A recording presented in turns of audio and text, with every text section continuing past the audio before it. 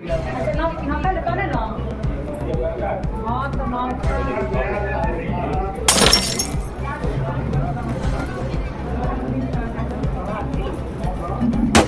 दोसर के हाल में हल्दी नहीं लगना है। जब तक नीतीश कुमार जी का मन होगा जनता उन्हीं को आशीर्वाद देगी। इन लोगों को कहाँ मिलना है भाई। ये सब 420 का आरोपी बनेगा बिहार का। पर जदयू के वरिष्ठ नेता पूर्व मंत्री नीरज कुमार सिंह जी आए थे, बड़ी बेबाकी से गए।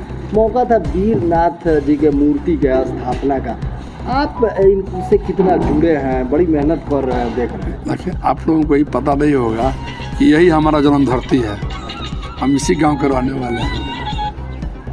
तो नीरज जी जब आए तो मेरे सौभाग्य की बात थी, इसलिए उन आने के बाद हमको जब पता चला कि नीरज जी आए हैं और ये सब काम हो रहा है, तो हमने इसमें बढ़ कर के हिस्सा लिया, उनका सहयोग किया और बड़ा अच्छा लगा सब करके। समय बिताया है बाबा के साथ आप? नहीं, जब तक बाबा थे तो समय नहीं बिताए थे, लेकिन हम एक दो बार आए हैं पहले।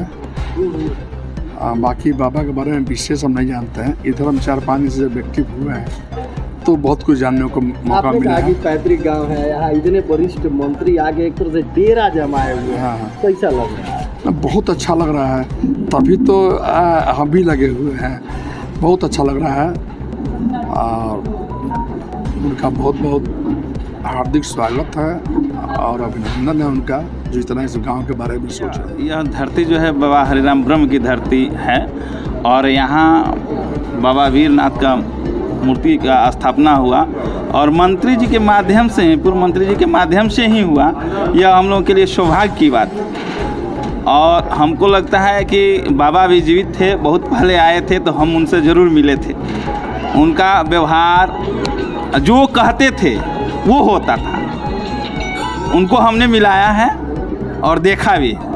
बहुत बुजुर्ग थे बाबा, गाड़ी से आते थे जाते थे और पहले पेट्रोल टंकी के पास रहते थे, तो वहाँ भी नीरज भैया आते थे और मिलते जुलते थे। बहुत लोग आते थे। अब हम तो लगता है कि एक यह धार्मिक स्थल हो गया और यहाँ बहुत लोगों का जमवाड़ा हुआ। यहाँ कुछ नहीं है, उस राजनीतिक मामला कुछ नहीं है। यहाँ एक बाबा हैं जिनका नाम है बाबा वीरनाथ घोरी। उनके भक्त हैं हमारे पार्टी के मुख्य प्रवक्ता माननीय नीरज बाबू।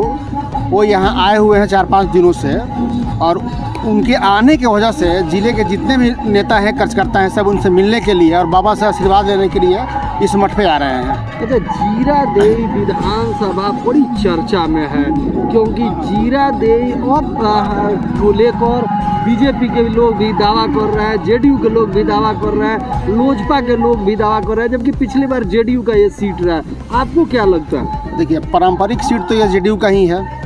दावा करने के लिए सब लोग स्वतंत्र हैं। सभी पार्टियां यहाँ राजनीति कर रही है चुनाव लड़ने के लिए जीरादेई विधानसभा में।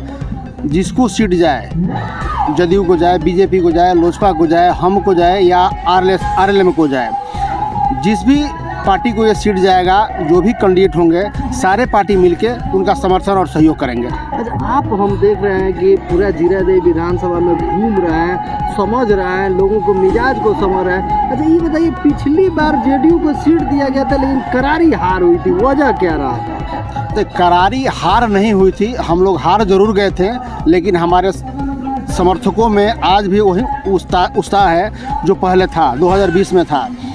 थोड़ी सी चूक हुई, अब कहाँ चूक हुई, किस तरह हुई, ये अब तो पार्टी के ऊपरी नेता बताएंगे। फिर एक बार जेडीयू को एक सीट दिया जाता है, इस बार क्या परिणाम कुछ बेहतर दिखे? इस बार की परिणाम हम लोगों के पक्ष में होगी, चाहे कैंडिडेट जो भी हो। जिन लोगों को भी कैंडिडेट बनाया जाएगा उनके पीछे सारे पार्टियों के लोग, हमारे गठबंधन में 5 पार्टियां हैं, पांचों पार्टी मिलके उस उम्मीदवार को जिताने का काम करेगी। परिचय बताइए। मेरा नाम डॉक्टर प्रकाश चंद्र कुशवाहा हुआ, मैं कार्यकर्ता हूँ पार्टी जदयू का।